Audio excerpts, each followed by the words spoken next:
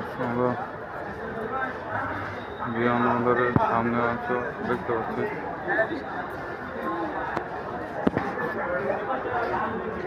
ঢাকা বিমানবন্দর railway station. তার পাশে দেখতে পাচ্ছি কাশ বন, কিছু জায়গা জুড়ে কাশ বন বাগানটি।